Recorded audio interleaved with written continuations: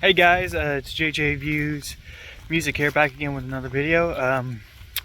This is probably not like a regular video for the JJ Views Music channel here. Usually I'm talking about music and reviewing albums on the reviewing album series, but I want to do something different. I want to get back to something else as well, and it's basically about music, but it's about walking and just talking about stuff in life.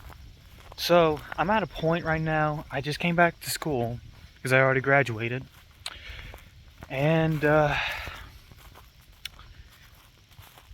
when you're at this point that you want to come back to school for just for one more year, and you want to do something, but you just want to do this one thing in your life, but every single time that you come home from school, you're tired as heck, and you're just sitting on your butt watching TV and basically doing nothing, just sitting there. And as my parents like to call it, rotting your brains. Means like the TV's rotting your brains, and it's just mean rotting. You know, like when you're dead, your body rots, and it becomes the earth again. Anyway, what I want to talk about, guys, is about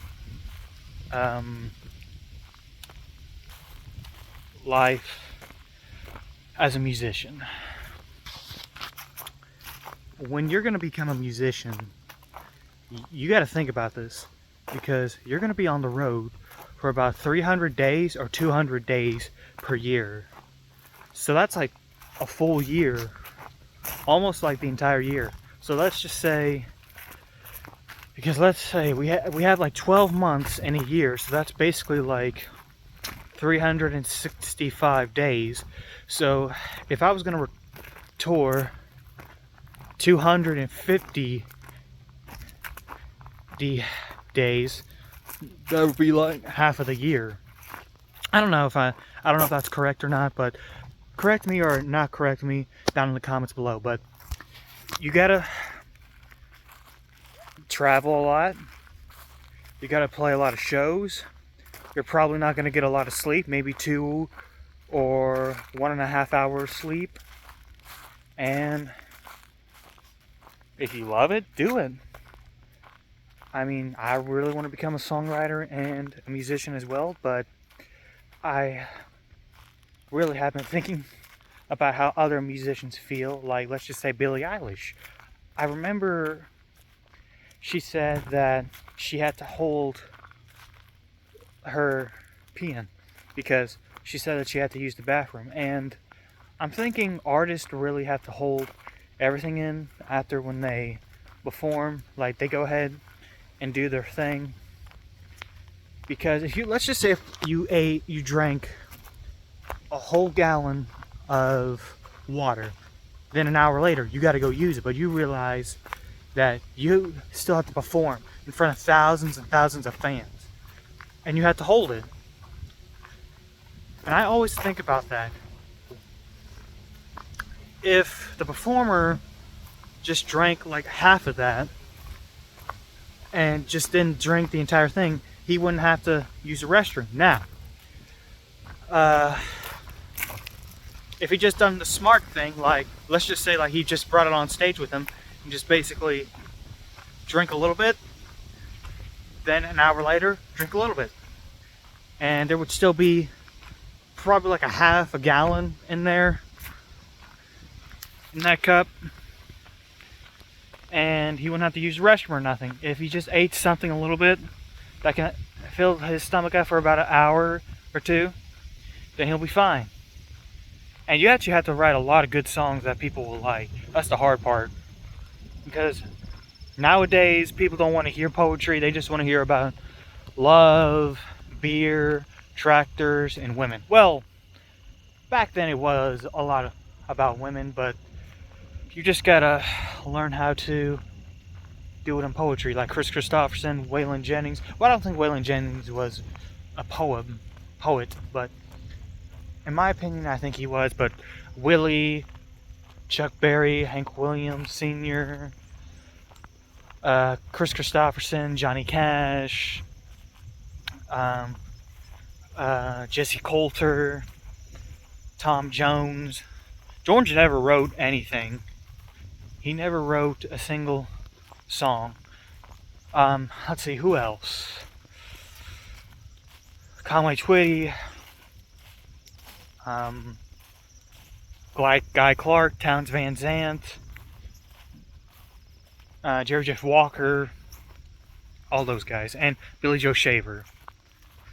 He's the one that sang, "I'm gonna live forever, I'm gonna cross that river, I'm gonna kiss tomorrow now. You wanna hold me, you wanna always kiss me, she's gonna kiss me right now." That's just my version of the song, "Live Forever." Yeah, so, oh yeah, and John Prine. So, you have all songwriters do start in Nashville, but I mean nowadays, like, you have to have like one song that they might like, and you're not gonna do it. You're not gonna be able to do it your way. They want to polish it. If you have any cussing in it, and if it's something like back then, like country music. I just want to say this, guys. Back then, country music was like the whole thing was like a mess up. It wasn't like perfect or polished or safe or anything. It was just like you messed up a lot. Like not in a bad way, but in a good way. Like it sound good. Let's just say like the Beatles. I don't know what instruments they're using, but and some come together. But it's like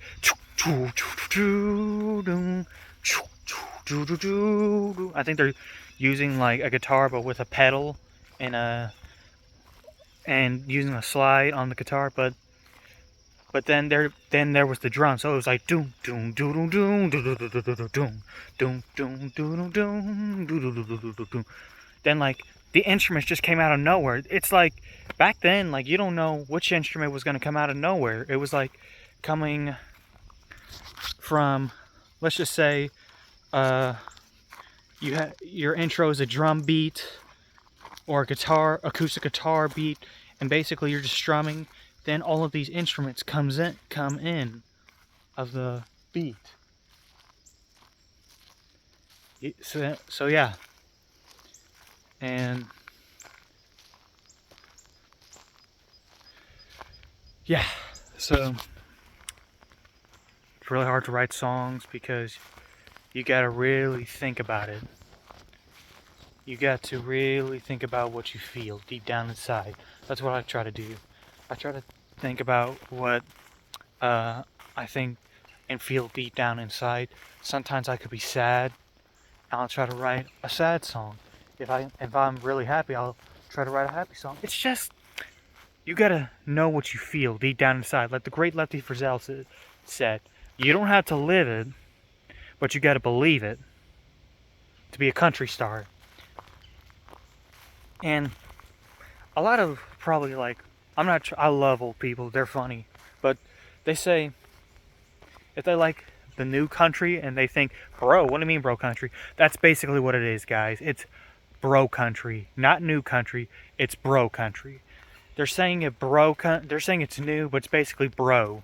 I think it's a different type of genre for the country, but I mean, I kind of like a few musicians like Luke Combs and Chris Stapleton and Aaron Lewis. They're alright, but Billie Eilish is something else. Like Billie Eilish kind of uses a dynamics. Like she uses dynamics, and I'm so glad because she knows that she doesn't need auto-tune because she knows that she has a great voice. Now, if you don't have a great voice, and don't sing. If you don't have a great voice, don't sing.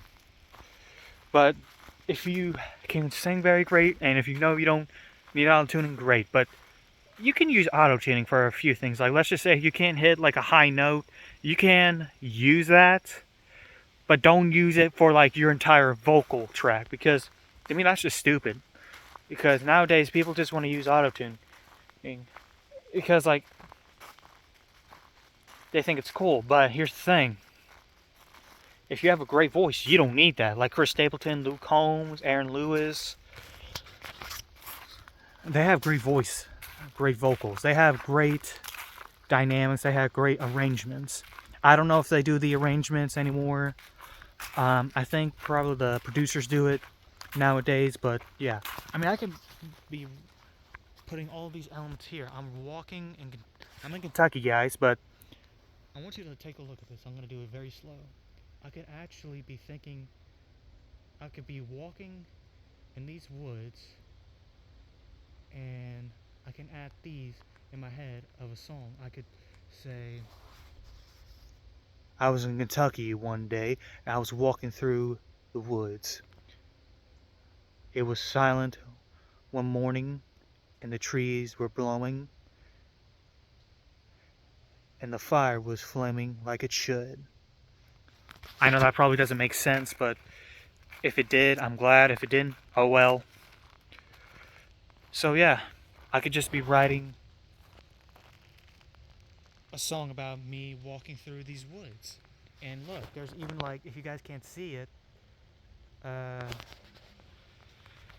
that old building right there. Let me show right there. Right about there. Oh, hold on, right there. Hold on. Because there used to be old buildings here long ago. But now they're just torn apart. But to me, I think they're like a historical mark.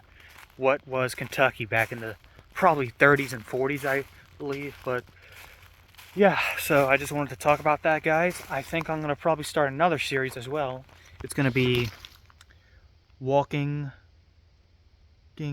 with the music. It's basically about I'm just walking and talking a lot of things about music and life, about music and how could you make a living with music. So yeah, I hope you guys enjoyed this video, and if you did, please thumbs up, subscribe, share, and don't forget to smash that like button. And I hope you guys have a fantastic day. Peace, guys.